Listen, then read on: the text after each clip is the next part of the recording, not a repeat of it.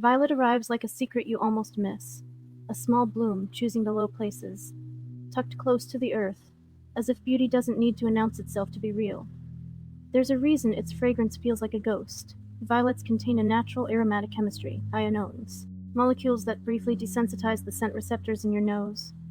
So you lean in, you catch the sweetness, and then moments later it's gone, not because the flower stopped speaking, but because your senses went quiet. If you wait, if you reset, the scent returns. Violet teaches the rhythm of subtle things appear, vanish, return. Look closely at its structure. A soft, nodding face with 5 petals, often with delicate veining like a map for pollinators. And below, a rosette of leaves that shelters it, heart-shaped, humble, and persistent. This plant survives by staying near what nourishes it, shade, moisture, the warmth of soil.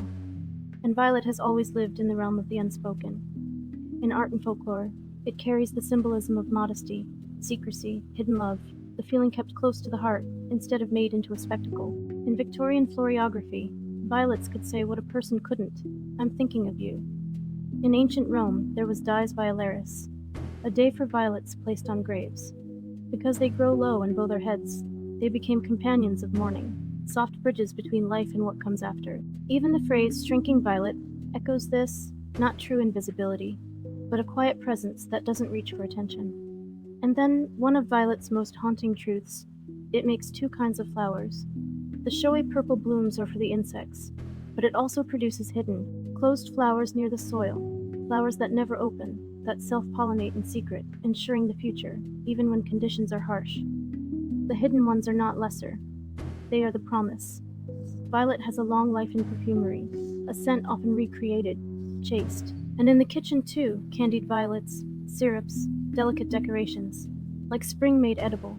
In herbal traditions, violet is known for an energy of cooling and moistening, a gentle ally for what feels hot, dry, inflamed, or overstimulated.